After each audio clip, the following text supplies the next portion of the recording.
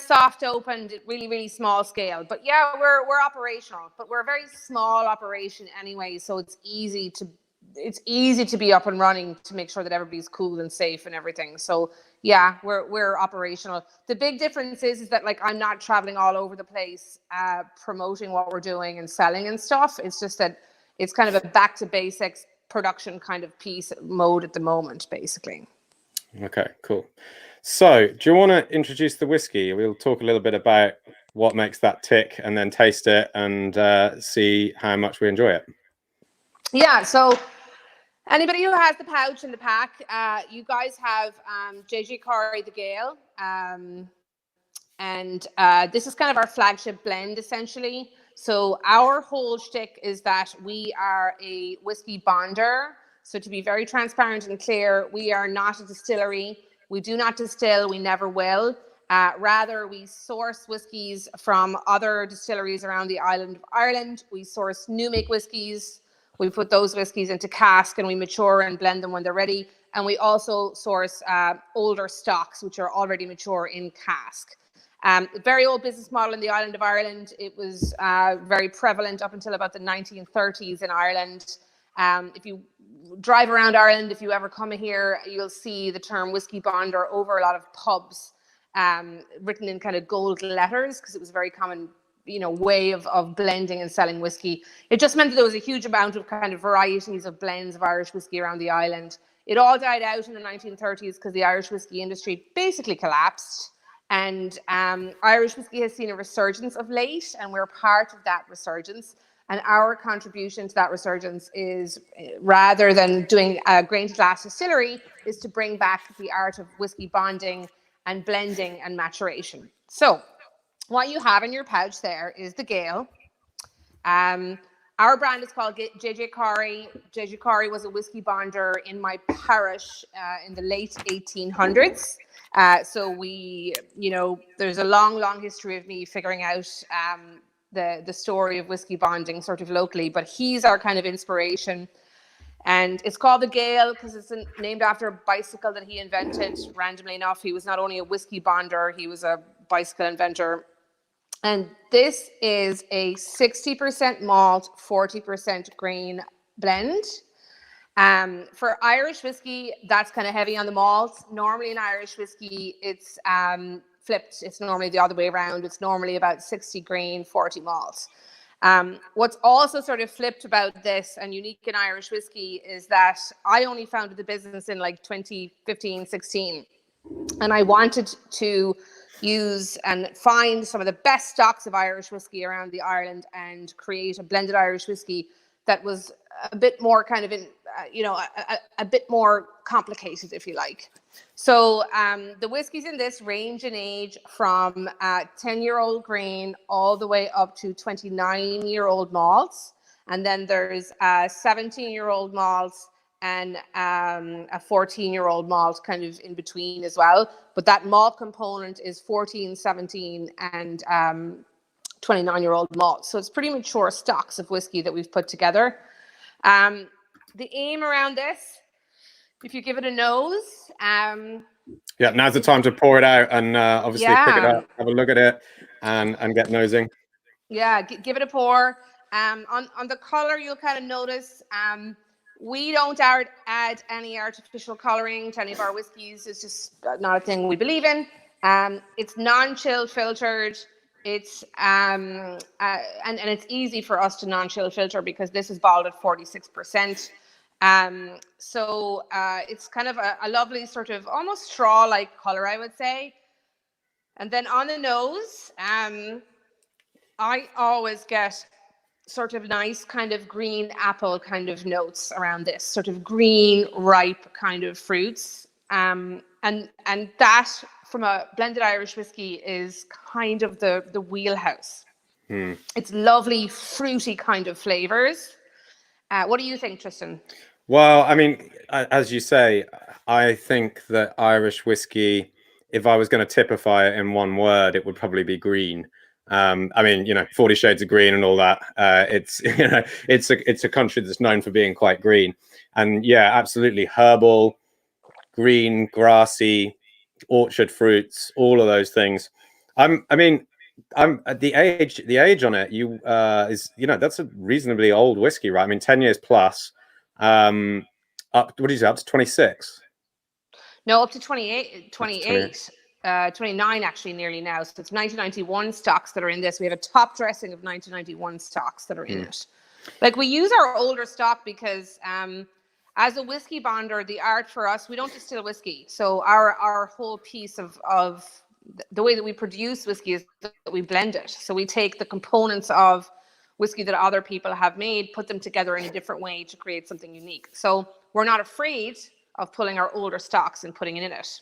Yeah. So, and I mean, I think and to speak, it'd be good to get you to speak a little bit on blending in general. I mean, you have already, but sometimes blended whiskey, whether that's blended whiskey from Ireland or Scotland, is sometimes looked upon as being inferior in some way, which is it's flipped on its head in a sense, because blended whiskey was always the mark of quality in the past, because you never knew how consistent the quality of the spirits you were going to get from distilleries were.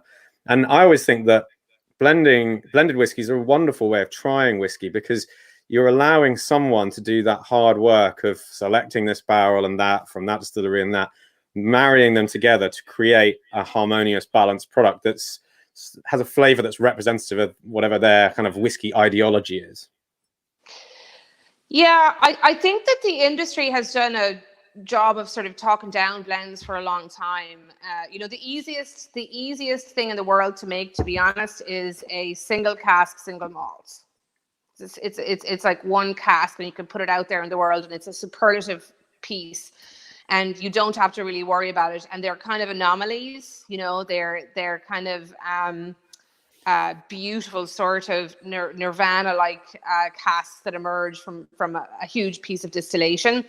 Whereas with a blend, like, you're looking at very kind of long-term piece of thinking. So for us as bonders, we buy casks at a multitude of ages. We buy them very, very young, like literally a day old, all the way up to 30 odd years old. And then you have to track the trajectory of the flavor profile of a particular cask. That's hard. That's your starting point. That's your ingredient point. And then you have to kind of decide, what kind of whiskey do I want to make if I'm blending? And then you have to classify every single cask you have into a flavor component, and monitor that every 2 years as it changes from being grassy to being vibrant to being vanilla, wherever it's going. There's a huge amount of work in understanding the base ingredients that you have. And then fundamentally, you have to then put them all together to create something even better and something that you want to have.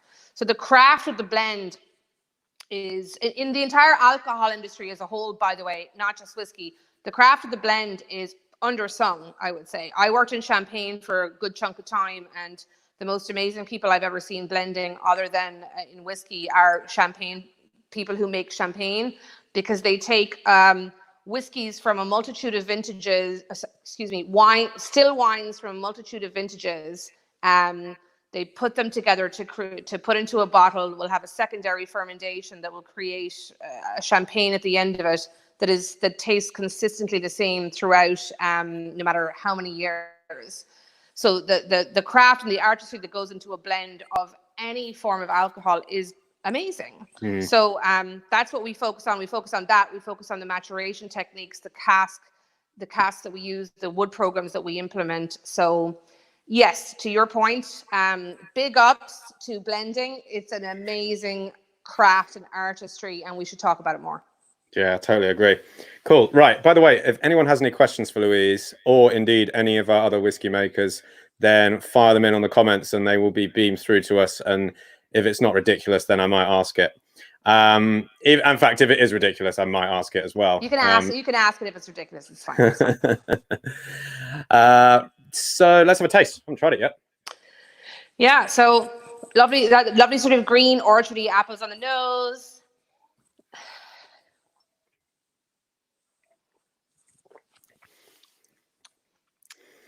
For me in the palate, and you tell me, Tristan, but for me in the palate, I get what we were going after in the blend is, like, again, those tropical fruit notes, big white stone sort of tropical fruit notes.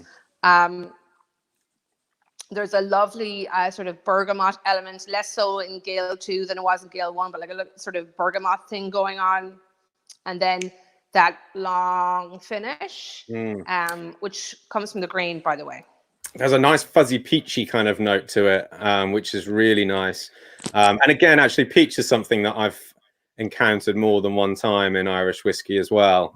In peach in various different forms, sometimes tin, sometimes Melba, sometimes peachy, yogurty kind of flavor. But it's this, for me, it's like that fuzzy peach skin, because it's, you mentioned bergamot, and yeah, maybe there's a sort of tea element to it as well, like Earl Grey. So you combine that with a peach and you get this just slightly kind of tannic peach, like bitter skin kind of flavor. It's really, really good. Yeah, there's a lovely lusciousness to it as well. Like there's a nice kind of a bit of an oily mouthfeel to begin with, and again, it's a bit more tannic at the end. And it's, you know, for me, the aim of this was to like have more complicated, honestly, Irish whiskey blend. You know, something that was taking the concept of that like fruity hitting blended Irish whiskey and taking it kind of into the next level. And the maturity of the whiskeys in this, like this is batch 2 that everybody has. So like batch 1, everything in batch 1 was like 3 years younger or 3 years younger.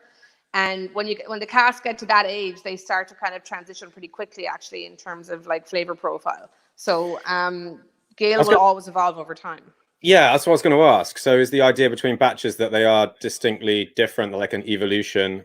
You're not trying to kind of match it to the previous iteration?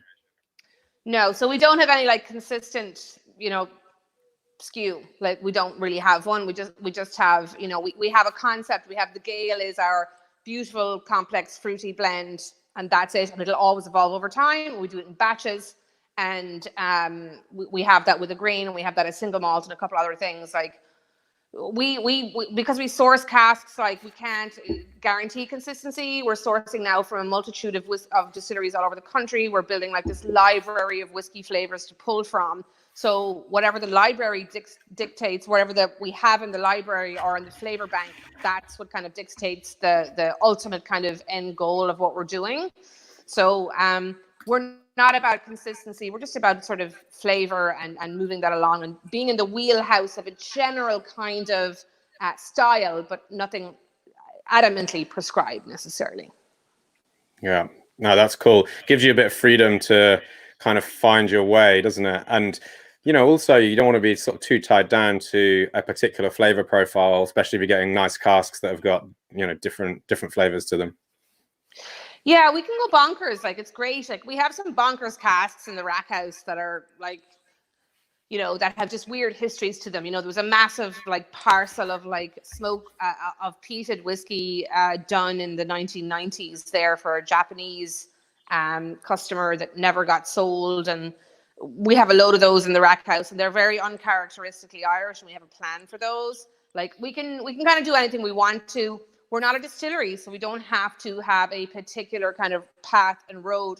We're just riffing off the styles that are coming into us from the older distilleries and the newer distilleries opening up in Ireland. So we can do whatever we want moving forward in the long term. And the Gael is a reflection of that. It'll evolve over time, depending on the stocks that we have available to us.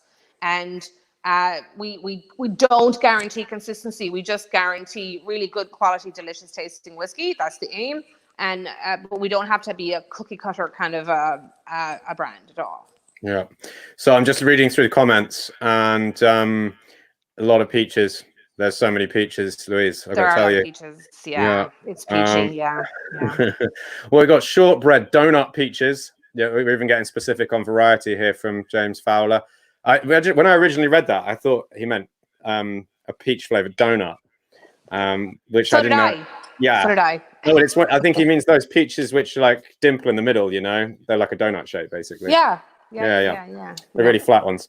Lemon sherbet texture, donuts. Yeah, a lot of pictures of peaches, millions of peaches. Yeah, I mean, look, don't put it in a box. There's more to it than just peaches, right?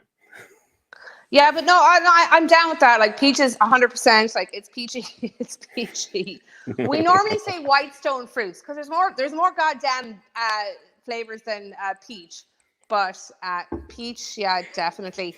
And but that's what we kind of go after, that kind of big, unctuous, sort of plump, sort of ripe fruitiness. If that's what you're getting, I'm glad that you're getting that. That's what we're going after. Yeah, brilliant stuff. Okay, cool. Thanks, Louise. We're going to get you back in again in a little bit, I think, for your opinion on other things. And if we're going to talk about blending again as well, it'd be good to get some chat from you too, because I think it's a fantastic topic to talk about. And another thing, actually, before we go, is there, besides drinking it straight, any other recommended serves? I mean, do you mix this? Yeah, we do. So I'll tell you what to not mix it with. Don't, for God's sake, don't put any ginger beer or ginger ale with this. It's terrible. Believe me, I've been there. It's really bad. But yeah, you know, I love a whiskey sour, and it does make a really good whiskey sour. And anything kind of tea related, because of that bergamot sort of notes, like it works very well with. I'm a sucker for a whiskey sour at the best of times, so I'll do a half lime, half lemon whiskey sour with this and shake the hell out of it. But yeah, it works well. But stay away from anything ginger flavored with the Gael. Doesn't work. Just doesn't work. Cool. All right, good to know. Good to know. It's good to know your weaknesses as well as the strengths. True. I think. Yeah. True. Right. Good stuff. Thanks, Louise. We had some connection problems right at the start there. So some of you, in fact, all of you, I think, missed the introduction. So just in case you're wondering what we're doing here, we are doing the first ever WHISKY-ME World Whiskey Tasting pack. If you don't have one of those packs and you're watching this after the event, then you can buy one from the link below. It has 3 different whiskies in it, which is exactly what we're tasting now. And we're going to crack on with the next one. So this is pretty cool. So this is how cool it is. We've just been to Ireland, and now we are going to head to Vermont with Pete Lynch. Hello, Tristan. How are you doing, mate? It is good to see you again, my friend. How you been? Yeah, good, thanks. Pete and I have never actually met, but when I was writing my whiskey road trip book, we had a pretty long, geeky telephone conversation about... Longer than expected by, let's say, hours, but in a good way. But it was good. It was very insightful. And I can assure you that he's a man who knows his stuff when it comes to making whiskey. So this is pretty exciting to be able to do a tasting like this. Pete, do a little bit of introduction to WhistlePig Farm, background about the distillery and what you're doing there? Absolutely, love to. Yeah, so I'm Pete Lynch, master blender at WhistlePig Whiskey. We were founded in 2009 with one singular goal, which was to bring rye whiskey back to the world, and specifically Vermont rye whiskey. Unfortunately for us, it took a little bit longer than it typically does in the US to build a distillery. Typically, you're seeing 1.5 to 2 years or so. For us, it took 5.5 years. So obviously, we need to do something to work around that. The answer was the tenure itself. And let's back up a second and say simple little things about rye, because rye is not a category that's had much recognition for good reason for quite a while. Rye is, simply put, 51% or more by mash bill in the grain, distilled under 160 proof, aged in new char oak, and then you go on from there. But that is what makes a rye whiskey a rye whiskey. For WhistlePig, however, we do not stop there, not at all. Rye is an incredibly flavorful grain. It holds on to that base distillate character so much stronger than, say, a wheat, a corn, or even a blend of various different grains would. It has a spicy profile typically, but it's not just spice forward. We're talking pepper spice, baking spice, sweetness, creaminess, citrus notes, herbaceous notes, all depending on how you treat the whiskey. And I'm going to echo a lot of things that were just mentioned from JJ Corry by the blending process, because in order to achieve these variations in flavors, you have to pay attention to each cask in its own special way. So to back things up even further, rye pre-Prohibition was the dominant spirit in America far and away. And again, because of these bolder flavor characteristics, because it's a very hardy grain that grows almost anywhere. And I mean that. I've literally dropped rye by accident on a pile of rocks, come back 3 weeks later and seen a sprouted field. And I'm like, what the hell, you know? So it was the natural choice for American farmer distillers, as they were known back in the day, to use rye. However, due to legislation passed in the early 1900s, rye kind of went behind to the wayside. Prohibition really killed it. And we then only saw rye for the next 60, 70 some odd years as really, really low rye content, 51% rye, maybe 60% rye, but really not expressing the true characteristic of rye whiskey. And it kind of scared people away from rye itself. However, there's a lot going on behind the scenes that the consumer doesn't know, which is there are these hugely flavorful rye whiskeys out there that just aren't being used in the right way. Now, much to Lauren's points earlier, there are whiskeys that are used for flavoring components in a blend, which may have huge flavor, spice, sweetness, you name it, that are then added to a very neutral spirit to create a bottom shelf blend. And that's what's given blends a bad name. But blending is what makes whiskey the greatest thing possible. Blending is what makes a bottle of WhistlePig 10-year taste the same time and time again. The WhistlePig 10-year was our first and foremost flagship product, and we almost rescued this whiskey from going into something like a Canadian Club, a Canadian Mist, one of those brands. I don't know about you, Tristan, but I would much rather drink this as is than in that format. It wasn't that easy, though. I mean, rye was not a spirit that was well known. Rye was not a spirit that people even knew anything about because, again, the definition of rye alone is lost on people. To put out a 10-year-old 100 proof rye at the time seemed bonkers fucking mad. But it worked, and here's why. People love flavor. And in particular, the industry, our bartender friends, our spirit friends, love flavor. And you don't lose a single bit of flavor at that 100 proof point. However, we're not just looking to give you a proof bomb, we're looking to give you flavor. This whiskey, we blind tested people, I think it was 1,500 people or so, basically said, hey, guess the proof on this. The average guess was 87.5, and that was what told us this whiskey is ready to go. The whiskey itself, we're hitting the classic rye notes, which again are going to be spicy forward, but don't just think rye is nothing but spicy. If we had more time, we'd explore the lineup and we'd go so deep and explore what rye really can be. But for the purpose of now, working on a spice forward whiskey that's balanced out by so many other flavors. Part of that is because we're allowing 10 plus years in the cask. And again, to those earlier blending comments, this is not just a 10-year-old whiskey. 10 years is the minimum entry level requirement to get into this bottle. However, it's blending to a flavor profile. That means I'm using casks currently from 10 to 17 years old to meet that flavor profile. And almost think of it as if I'm a bartender, much like you. And I've got my sweet component, I've got my gin, I've got my bitters, I've got my ice. But instead of those things, it's a batch of whiskey that's a bit sweeter, it's a batch of whiskey that's a bit spicier. It's a neutral whiskey that'll accept other flavors well. Taking those, developing these recipes that will then continue the consistency of flavor and dumping the right casks at the right time, blending them at the right percentages is what gives us something like the 10-year itself. So effectively speaking, we took these flavoring stocks, which were being in our mind misused, brought them to our farm in Vermont, which is quite literally a farm where we're growing not just rye, I'll tease some other grains, but you can probably think off the top of your head, for growing things that aren't just rye, we might be growing things like corn, maybe barley, maybe some other fun things like that. And we started to age them there, started to bottle and started to innovate. The 10 years where WhistlePig began, it's absolutely not where we've ended, but it's really the quintessential rye. We're hitting those spice notes, but we also get great barrel extractives on the nose.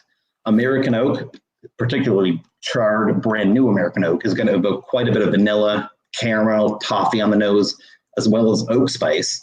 You combine that with the rye distillate that, again, holds up its character much better than, say, a bourbon would after a longer period of time in the barrel, and you get such a depth of complexity. And as this sits and opens up, the maple syrup notes come out. The spice notes soften but develop even further. And I haven't even taken a sip yet here. No, I know. I feel like I've tasted it already just from smelling it. The aroma is so potent. And this is one of those whiskeys you want to let sit on your tongue for as long as you can because the flavors develop beautifully. 100 proof, 50% ABV, sorry for international purposes, is intimidating. That's a scary proof point, but it's there for a reason. We're maintaining all the flavor compounds we're looking for here. That spice, the baking spices, cinnamon, nutmeg, clove, anise. We're also getting some of those sweet notes from the barrel itself, the oak spice. I feel this whiskey on the front of my palate, on the side of my palate, on the finish, and I will actually continue to feel this on the finish probably for 3 more hours, which in my mind is a fantastic thing. That's because you're going to keep on drinking it for 3 hours, though, right? Between you and me, maybe. But that's really the mission of WhistlePig, is expand this idea of what rye is versus what rye was. Rye used to be the dominant spirit in America. Things happened. Rye went by the wayside. Rye was treated as nothing but a sort of well mixer, if you will, that every 1,000 customer that came in would happen to ask for a rye Manhattan or something like that. Putting something like the 10-year out there and then allowing our bartenders courageously to experiment with it in cocktails and really explore the depth of rye allowed us to then expand our thinking and release products like the 12, the 15-year, the Boss Hog, and so on. Yeah, it's really good. The aroma, I mean, actually, there's some baking spices and things like that, but for me, the main aromas are real fruit and floral kind of components. I get, cherry and certain other. It's like sweet shop, candy shop. And that shouldn't be a rye whiskey, according to what rye whiskey is supposed to be. But in reality, rye has such versatility when treated correctly. Again, back to the JJ Corry points made earlier, we're looking at a variety of stocks with so many different flavor profiles, age points, that we can really blend to profile and give us the ability to make new products down the line, which maybe 8 years from now, 10 years from now, but use these different inputs, different styles of rye, because one distillery up in Canada, Alberta, they're producing one type of rye. Another distillery down in Indiana is producing a totally different style of rye. Us in Vermont are producing our very own. Various sources we're pulling from, completely different. You take those components, you treat them right, you perhaps blend them together, or you cask finish in case of the 12-year, and you get a totally different expression of rye that is still truly a rye. And it's worth mentioning that almost all of our ryes are damn near 100% rye by content. The 10-year itself, it has a weighted average of no less than 94% rye. But we're seeing such a different expression of that character in another product like farm stock, per se. Farm stock is 100% rye, but it's got softer, creamier, sweeter notes. It's not a spicy, in-your-face, punchy whiskey, but it's still, again, very much a rye. That's one of the most fun things about working for WhistlePig, is expanding that vision of what rye whiskey is. Because again, rye is something that has scared people up until about 10 years ago. The bartender revival has definitely helped us quite a bit, and we actually would like to get back to them via our new product, Piggyback, which I would definitely recommend trying. If we haven't sent you a bottle yet, Tristan, let me know, and we will. Fantastic stuff, but rye has such great bones, can age for, in my mind, a good deal longer when treated properly than, say, a bourbon-heavy mash bill would, because the wood tends to dominate around year 6 or 8, because, again, we're looking at brand new charred American oak. Now, world whiskey drinkers might not be used to that new oak intensity, and it is a lot of flavor. I mean, the total intensity of flavor here is incredible, but you give it time to open up. You add in a drop of water, let it sit. You take your time with it. This is a whiskey that deserves its own time to open up and really show its deeper flavors. Absolutely, yeah. Just to pick up on something you mentioned there about it being, damn near 100% rye. For anyone who's not familiar with the rules in America where it comes to rye whiskeys and wheat whiskeys, bourbon whiskeys, and so on, just because it's called rye doesn't mean it has to be made 100% from rye. In fact, it's just got to be made from majority rye, so minimum 51%, and you can make up the balance with other cereals. There's actually quite a few questions coming through. Please, yeah. So I'm going to work from the bottom here, the most recent one. So Tim is asking what the maximum age you can go to with a rye. Some distilleries are set up. Question. Yeah, some distilleries. Some distilleries, after a certain point, you lose flavor in the barrel, like say 25 years. I mean, a lot of people would say that's the case in Scotch, I think. So, what about in Vermont with rye? It's quite cold there, eh?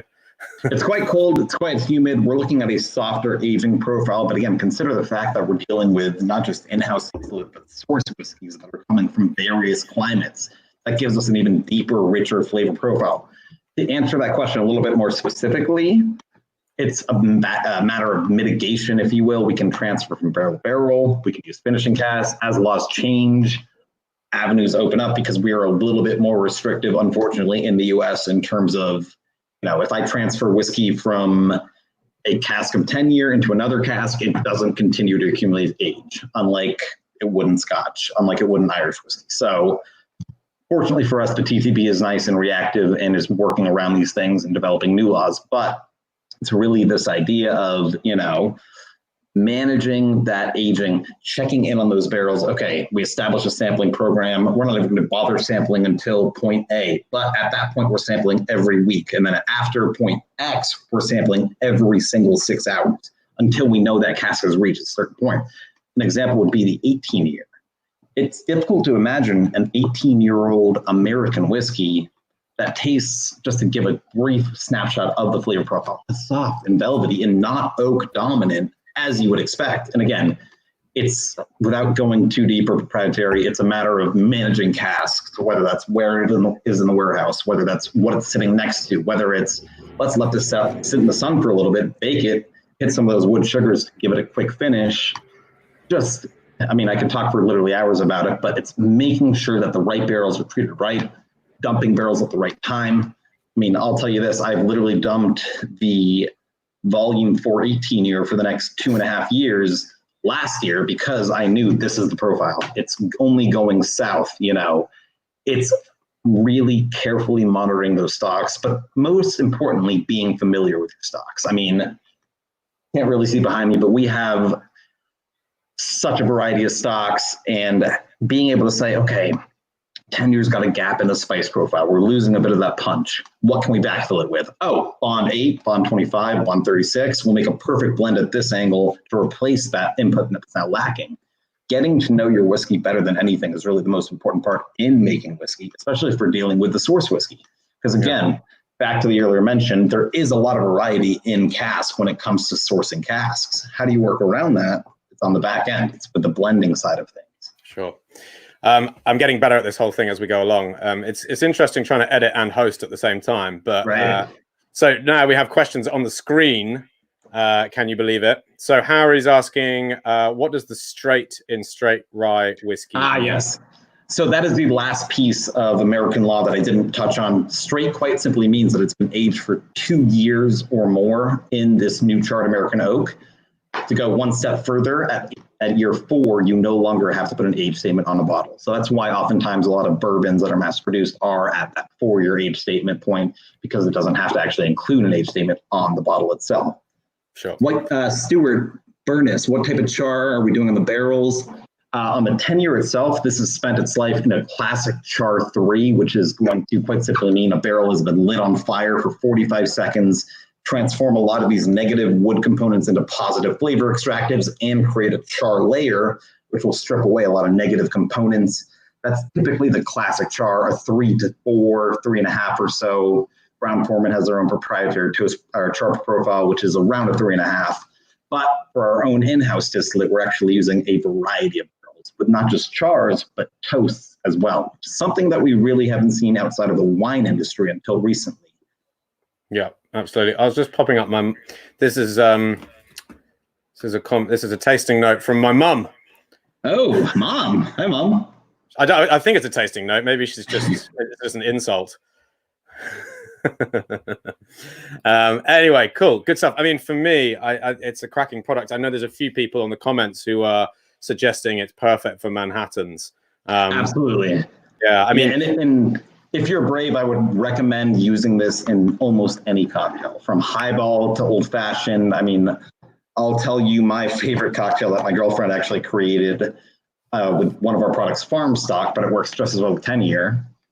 Take 10-year, probably 2/5. Take cream soda, probably 3/5 with 10-year, because to balance out that higher proof point. Ice cube. Perfect summer sipper. And I know you expected that answer to be a little bit more complex or perhaps satisfying, but that is the goddamn truth, my friend. That is my favorite whiskey cocktail by far, and we call it cream stock. Cream soda. I've got a bit of an aversion to cream soda. It's sort of, come on, dude. Yeah, it's like that kind of synthetic vanilla flavor, isn't it? It's not the problem with cream soda is there's no acidity. Like lemonade or Coke or whatever, you've got acidity, whereas it's just sweet, right? And as somebody with terrible heartburn issues, that's something I appreciate. But actually, it's funny because cream soda almost mimics those notes that you get from American oak, from new charred and toasted American oak. Those sweeter, creamier vanilla, maybe caramel, maybe toffee-ish, but those lighter, creamier notes coming out. So, you know, maybe it's just because you're from the UK and you're used to used barrels, which are going to impart less actual wood flavor, which are going to keep the distillate character a bit more present. And again, that's one thing that we love about rye is the fact that it holds on to the distillate character for much longer. And again, to answer that question earlier, I could potentially let a rye age, again, barring laws and whatnot, for ever, almost, for 50 years, if I was able to transfer it to a neutral barrel once I've hit profile, so that it's really just chemically bonding and not pulling too much from the wood. We do nothing but lose whiskey over time, but I think the future is going to hold the answer to that question insofar as the rye category has developed massively and changed incredibly in the past 10 years. We can only expect, hope, and really count on seeing that continue and only to our favor so that we can give you guys better and different and really unique examples of rye whiskey and what rye can be and where rye's going. Yeah, sure. One final thing before you go, because it's one of the things that fascinates me about WhistlePig, and we've talked about it at length before, is you arguably have the potential to be one of the most self-sufficient distilleries going, because you growing your own rye and you're also growing oak, right? Exactly. All on the same estate.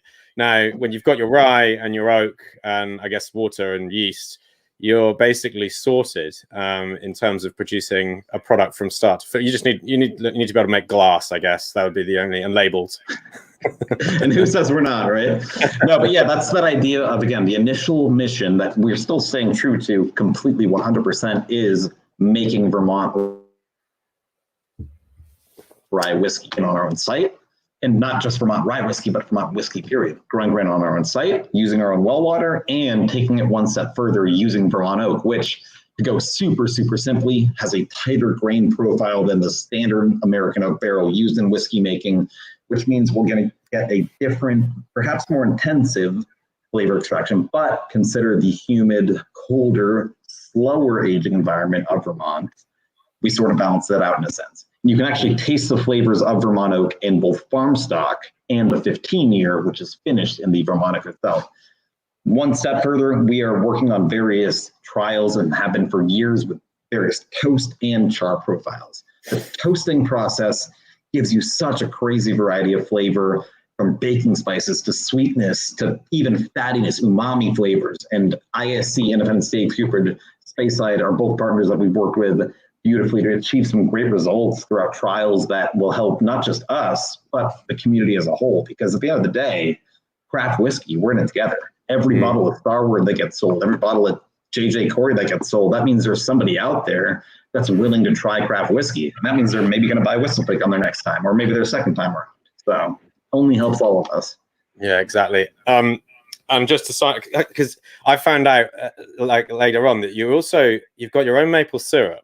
Yes, and we do. You're also genuinely rearing pigs on the farm as well. And have been for quite a bit, and we do enjoy their meat quite a bit. They are delicious. I'll just dive a little bit deeper into that farm aspect. Cannot stress enough, we are a quite literally farm. We are a 150-year-old renovated dairy farm. Insofar as our bottling line and our shipping and warehousing receiving area is an old milking area, and you can still see the grooves in the cement for the cow hooves to get better traction. I mean, we've chemically treated it so the whiskey doesn't destroy the concrete, but it's still there. I mean, the distillery itself is in a raised barn that still has a thing called a hay elevator, which would be used to transport hay up and into the barn itself to sort of keep it there. Our mascots are pigs. And by the way, WhistlePig, for those of you who don't know, a WhistlePig refers to not actually a pig, but a gopher, groundhog, woodchuck, that sort of animal. But we don't care. We love pigs. We love ripping off of it. We stick to it. Our mascots are two Cooney pigs, now sadly one, Mortimer Jr. And if you come to the farm, you can quite literally feed him leftovers and he will love you forever. And Tristan, to my point, this was pre-stream, but the sheep thing, we also have sheep, and goddamn it, I hate them so much because they never shut the hell up. But it is truly a farm experience, and we've definitely built it up over the years in simple things like new paint jobs, fixing certain support systems, putting in new tankage. But that farm expression, expect to see that expand. So far, we've only seen things like farm stock, rye crops 1 through 3, and now the new home stock, which was that live virtual blending experience. But we have so many things waiting in the wings. We have the ability, luckily and thankfully, to be patient, to say, hey, whiskey, you tell me when you're ready. And, oh, maybe something like COVID-19 hits, time to do something like home stock, time to pivot, release whiskeys like wheat and barley that we never had any intention of releasing for quite a while, but worked beautifully for this one niche. Really being able to pivot, expand our sort of line of thinking, and as I like to put it, put as many arrows in our quiver so we can shoot later at whatever we want, you know? But if we don't have the arrows there, then we're fucked. So probably shoot a sheep. Yeah, well, I mean, if you gave me the bow, for sure. But I'm not so good with a compound bow as this proves. It's gone now, but not so good with a compound bow, so I wouldn't worry too much. Fantastic. One last question. Are you making cheese? James wants to know. He owns a cheese shop, so he's got a skin in the game. We are not making cheese. However, one of our chefs on site, Brooke Elliott, one of my favorite people in the world, her sister has a farm that makes cheese, and we basically use only local ingredients. It's a kind of classic Vermont way. Again, think Tristan in your area, very rural, very country, but even more so remote. So we're using all local inputs, not by gimmick, but by the fact that it's the best quality ingredients. So we ourselves don't make our own cheese, but Brooke's sister makes some fantastic cheese. And if you come to the farm through our farm stay program, which again, COVID has squashed quite a bit, but we'll get back open when we can, you'll get to taste that cheese. Unless I've eaten it all before you get there. Right, great. Thanks so much, Pete. I'm going to just remove you for a second and we'll get you back in at the end for some final thoughts. Hey, thanks for the time, Tristan. That was great. Thank you. Just a reminder, if you've got this far and you haven't got a tasting pack, then well done to you, because you must have a willpower of steel not to have ordered it already. But we do have the tasting pack still available. If you've already got one, you can order another one at whiskey-me.com. The web address is there.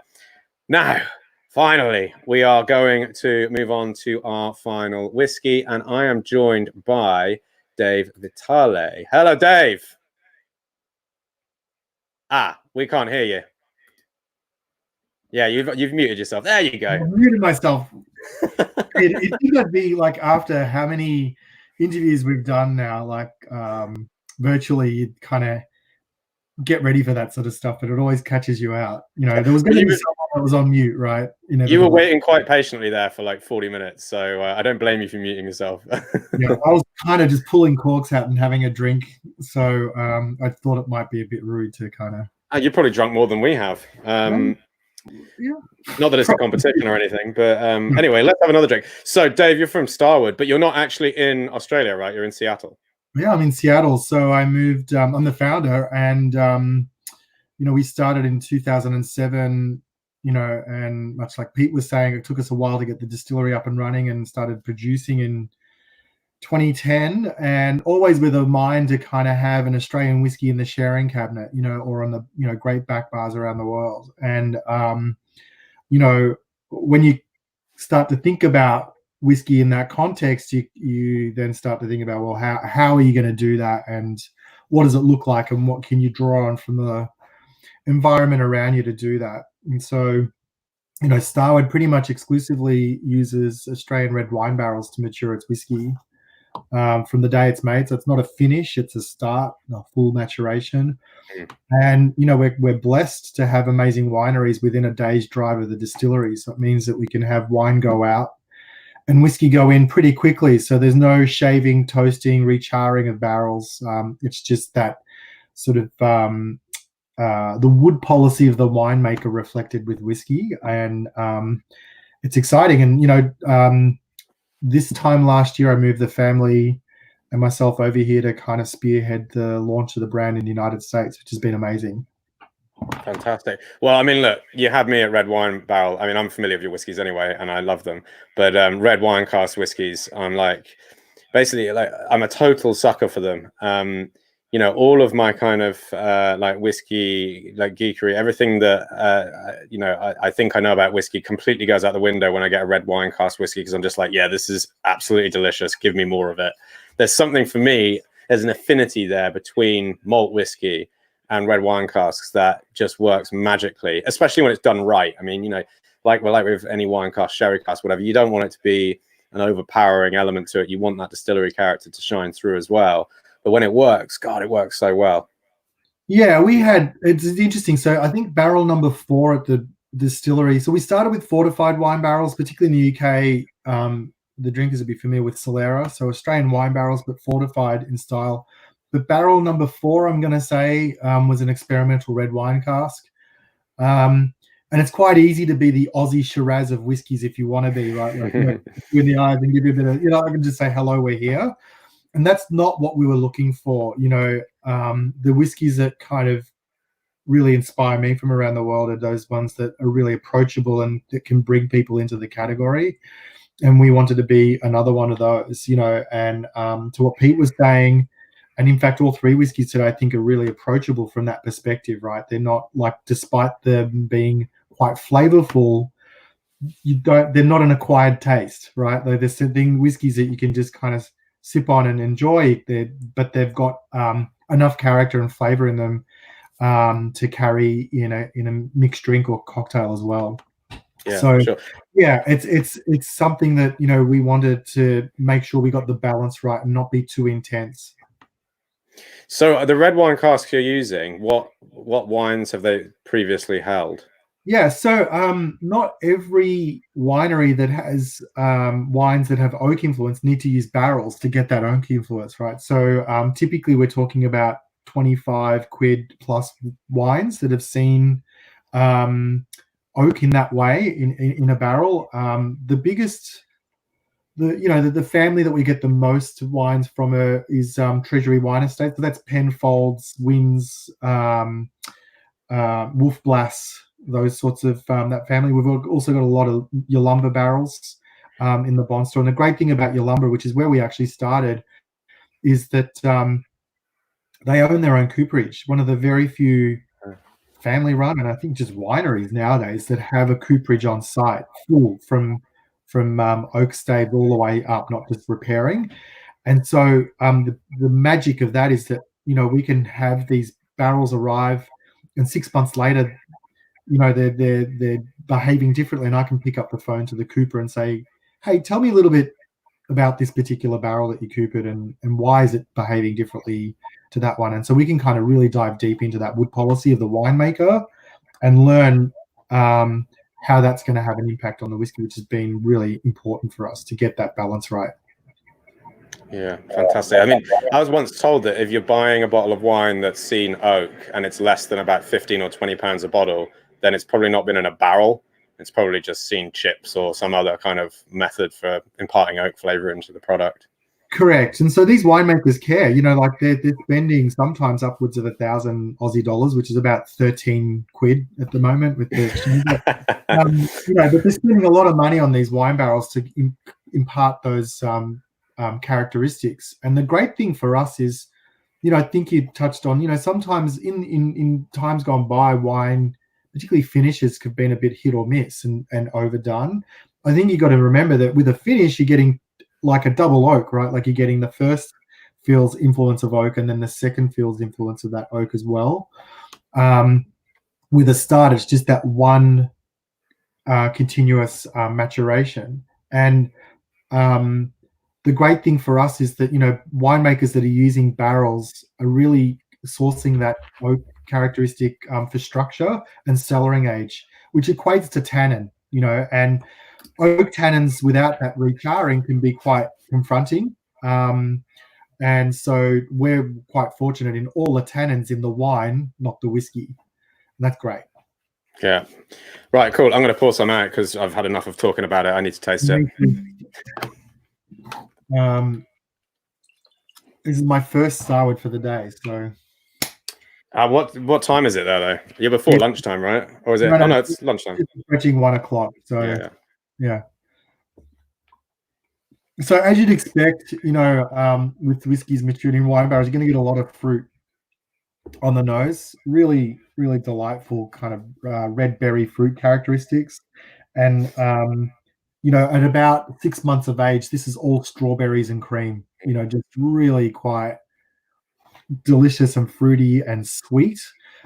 more time in wood kind of really gets that sweetness to be in balance. And I think the oak interaction sort of just creates a balanced whiskey that's not cloyingly sweet, but neither is it just oaky and overdone. Yeah. We've got to be careful in Melbourne. Like, we're famed for 4 seasons in a day kind of climate. If you've ever watched the Australian Open, the roof's always opening and closing because it's either raining, it's like sweltering, it could be humid, it's dry. And so, in three Melbourne years, which is kind of the minimum age, and typically we get up to about 4. Between 3 and 4 is the sweet spot for this whiskey. And we get all of that flavor extraction and color. It's all natural color into the spirit. It's funny you mentioned Australian Open, because like now and Strawberries and Cream, I'm just in a very much tennis mood now. Yeah. Maybe this is perfect tennis whiskey. I think, it's perfect anything whiskey. I mean, of course I'm going to say that. But, I think the wine characteristics give it some versatility, that's for sure, Tristan. And so it can go for a walk, definitely neat. I love it this way. But it's versatile. We're Australian after all. If this doesn't work at a barbie, then we're missing a trick, right? So totally, yeah. We take it for a walk with tonic quite often, which shouldn't work, but again, the wine characteristics help it kind of come together. And if a whiskey matured in wine barrels doesn't make a wicked Manhattan, then I might as well close the gates, right? Yeah, I was going to say, I mean, it must have a natural affinity with vermouth, given that there's the wine influence there. Yeah, well, my family of origin comes from Sicily, right? So, and I remember, it's funny, I have I'm probably the only person in the world that actually has a warm affinity to oxidized vermouth, because my mum used to use it. She used to keep it in the pantry at home, and I used to kind of sneak and it'd be there for years. But I used to sneak a tipple, like just a capful every now and then. And so maybe it's just the Italian in me that kind of led me down this path as well, to make a whiskey matured in wine barrels.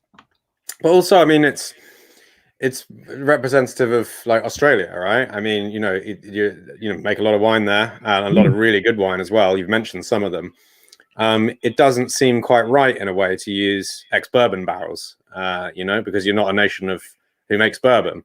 And I love that kind of connection, because it's sort of cementing, I guess, the kind of Australian, tastes into the product. Yeah, we have I said this once in Glasgow, and I've never repeated it again. But Starward is more Australian than Scotch is Scottish in that way, right? Because all of the flavors, you're brave. Once I ran it died. You know what happened? It was when you have these kind of light bulb moments. It wasn't something that I'd scripted. It was in fact, when you think about it, and then the room just went dead, and I'm like, okay, let's just keep moving through this before they run me out of town with pitchforks. But it's a privilege to be able to kind of source all of this, and you're absolutely right. You've got a bit of Australia in that glass. That red color actually is the Aussie sun, right? It's kind of pigmentation from the grape skin that's being influenced by the Australian sun. So that's pretty special. Cool. So Stuart wants to know what size casks you are using. Yeah, so we're in the hands of the winemaker, right? So because we don't recooper the barrels in any sort of way, the wood policy, the winemaker, is typically what we're using. So that's barriques and hogsheads, 200s, 300-liter barrels. Yolumba, again, having their own cooperage, have an amazing wine called Octavius, which, as the name suggests, is actually fully aged in the cellar, in the wine cellar, in 100-liter casks. So we use those. In fact, I'm just trying to have a look. My head, there it is. Hold on, no, this way. That one there is a single barrel. Can you grab a bottle, because your packaging is some of the best in the industry, I would say, and it's worth showing everyone.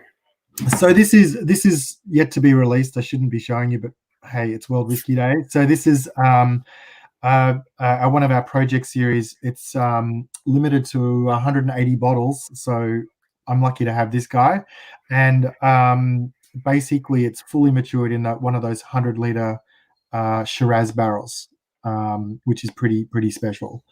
And And then this is our standard release here, Nova, which is the single malt, fully matured in wine barrels. So yeah, look, you know what? I think pack helps, obviously, but you know, if the liquid doesn't deliver on the promise, you're not going to get that customer coming back. And that's, you know, something that we've always been very mindful of, is that, you know, if we're a brand talking about reaching for the stars, we've got to nudge it a little bit when it comes to packaging too. Fantastic stuff. It's really good. I've got to get this tasting little food pairing up from Tony Hughes, because that's classic. Fucking banging with a plain chocolate hobnob. Absolutely. I mean, it's just kind of like, yeah, this was made for chocolate. I mean, it's delicious, you know, in terms of like, I mean, it's also obviously got some chocolate notes in there from the wine and the oak. The toasted oak characteristics come through, and it is fucking banging with chocolate, no doubt.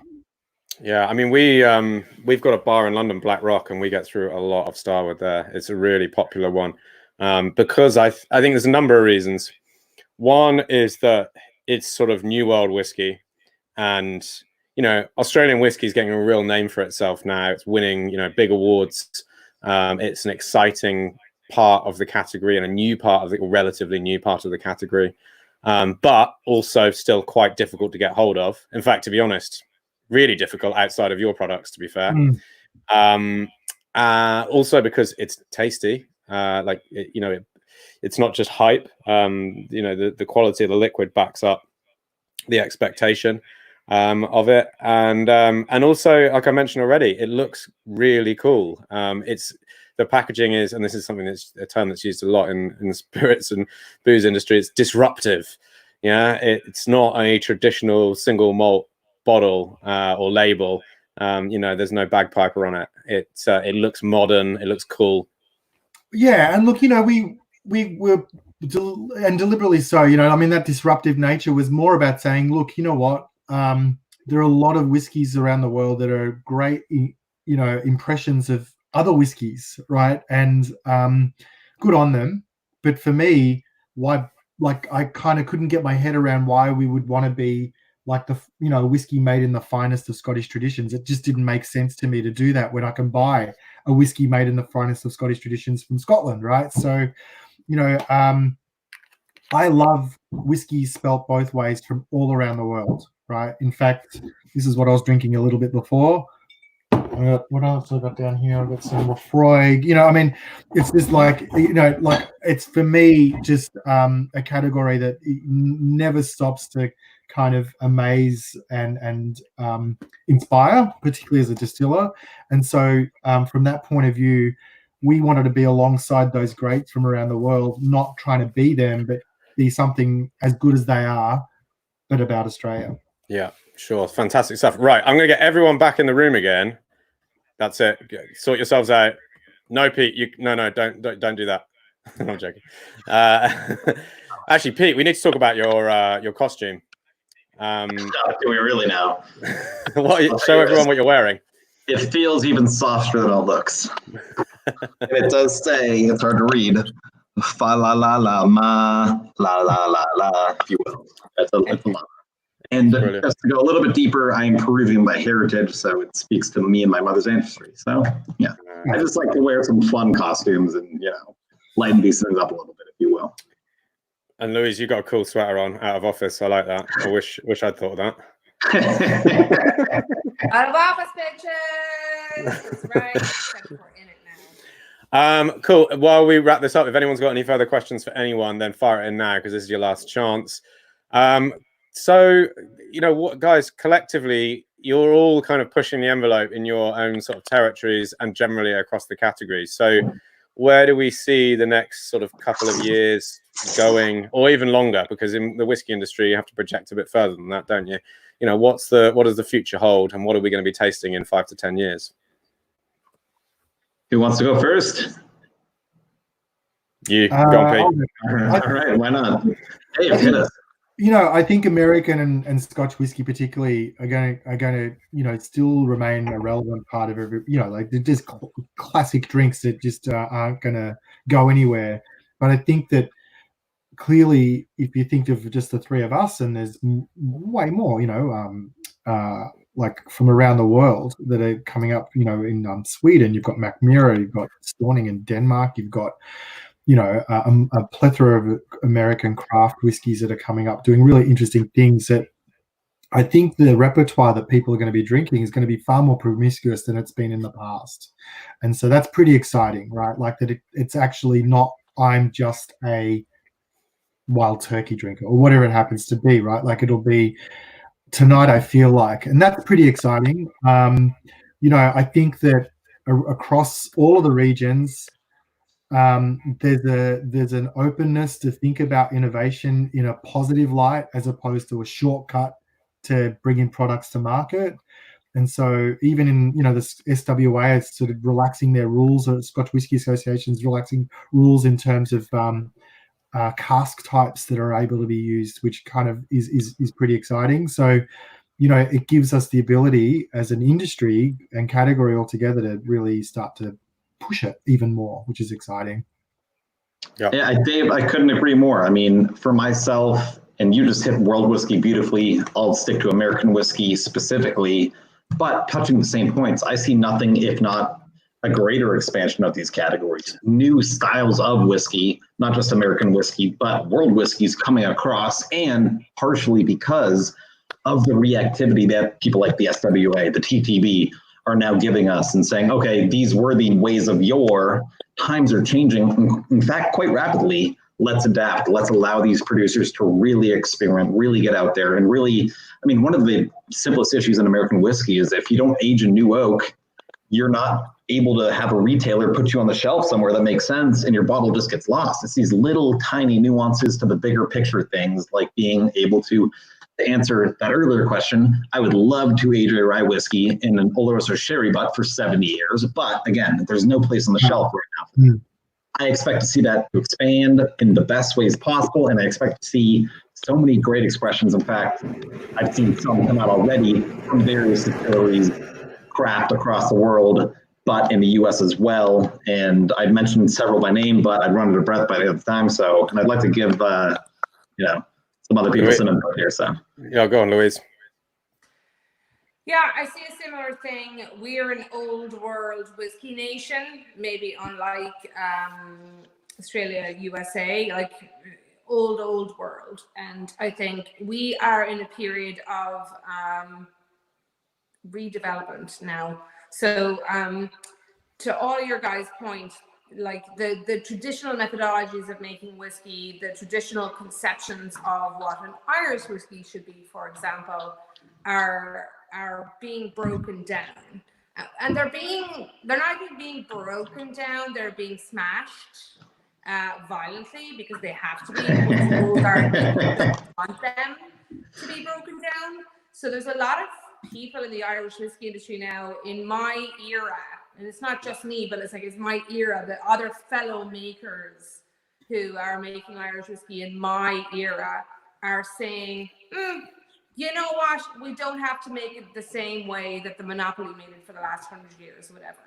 And consumers then are have access to that kind of philosophy through social media and through a direct kind of connection to producers, and they're thinking, okay, like Irish whiskey doesn't have to be a particular thing.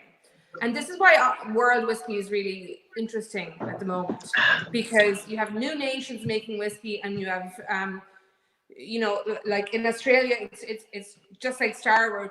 You find a local winemaker and you use their barrels. Of course, that's what you should be doing. Of course, why wouldn't you do that? Of course, that's what you need to be doing. WhistlePig, you grow your own barley, you're chopping down your own trees, of course. But we lost that for a long time globally, and now it's coming back. And it's the smaller guys like us around the table, relatively smaller, that are really shining a light on how this is maybe how it used to be, maybe how it should be again for a while. And for me, that's very, very exciting, because generic is not good. Like, generic is bad. You know, esoteric is more interesting. I think education across the industry has been the biggest piece, the most important piece, and will continue to be so, because if you understand more about what you're drinking, you're going to be able to appreciate it that much more. Simple little things like, hey, when you were in college and you drank whiskey and you threw it in the back of your throat and it burned, yeah, that was a negative experience. Here's the proper way to drink. Getting to know a little bit more about what's actually in that bottle, the craft that goes into it, realizing that this is just as fine pedigree-wise as the finest of fine wines. That education piece, you know, it helps every single one of us. I don't care if it's Diageo or if it's WhistlePig or if it's you guys. As long as the consumer knows more about whiskey, what goes into the process, the thought, the care, and really just the fact that we're not just taking a barrel and dumping it, although in a single cask situation we would be. However, we're not just taking a barrel and dumping it for source brands like ourselves. We're not just stealing whiskey from somewhere else and putting our own label on it and calling it a day. There's thought, there's care, and that comes through that education piece, the face-to-face, granted virtual face-to-face here, but there's nothing I love more than being at a trade show and having a line of people and just being able to ask or answer any question, or rather say, oh, you don't like rye whiskey? Well, let's take a second and talk about it. And after 3 minutes, guess what? They like rye whiskey because they got to know it a little bit better. That education piece, I think, is the hugest part, and it's an industry-wide effort that we've been making, will continue to make, and has really helped, I think, the consumer connect better with our products and our brands and really appreciate us for what we are, which are innovators, which are crafters, which are people who are pushing boundaries and really defining, aka redefining categories, much to your point, Al. Sorry, there's a cat in the light. Cool. Thank you for that. Thank you for that discussion. That's really insightful, I think. And I'm super excited because I see an audience of people out there now who want to explore whiskey and discover the flavors the category has to offer. The identity of the category has changed so much, I think, in the last 10 years. And we must give thanks to people like yourselves who are helping to make that journey, that exploration exciting. And hopefully you're cementing your brands in the hearts and minds of the people who are going out there and tasting them. And I see it happening. So we're really grateful, as are everyone who tuned in, of which there were loads and loads of people. And the comments have all been lovely. And there are no more questions because you guys said everything that you needed to say perfectly. So thank you so much for coming on board. It's not easy pulling it together a tasting like this. We appreciate your time. It's different times in different parts of the world, in case anyone didn't know that time zones work that way. And you know, it's a commitment, and we really appreciate it. And I'd like to point out one comment, if I could, which I get such a kick out of, from Stuart Burness. Virtual tastings are great. I don't have to drive home. And I couldn't agree more. Yeah, that is a really good point. Cool. Thank you so much, guys, for coming on. And yes, we're going to do more of these. Hopefully get some of you guys back on again at some point as well. Maybe do a full tasting of the range. Would be fun. And yeah, we'll see you soon. I look forward to drinking more of your products. Thank you. Cheers, guys. Thanks a lot. Cheers, guys. Thanks, guys. Thanks for tuning in. Absolute pleasure. Cheers. Bye.